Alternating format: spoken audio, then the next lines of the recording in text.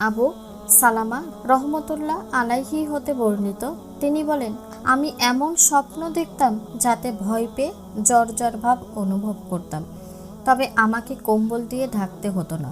অবশেষে আমি আবু কাতাদা রাদিয়াল্লাহু তাআলা আনহুর সঙ্গে দেখা করলাম এবং এ বিষয়টি তার নিকট বর্ণনা করলাম। তিনি বললেন, আমি রাসূলুল্লাহ সাল্লাল্লাহু আলাইহি ওয়াসাল্লামকে বলতে শুনেছি, সুস্বপ্ন আল্লাহর তরফ হতে আর দুঃস্বপ্ন অর্থাৎ খারাপ স্বপ্ন শয়তানের তরফ হতে।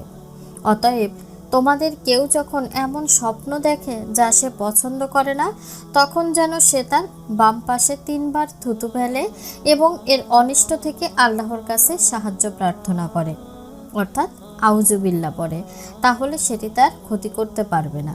ইসলামিক ফাউন্ডেশন 5700, ইসলামিক সেন্টার, হাদিস নম্বর 5732।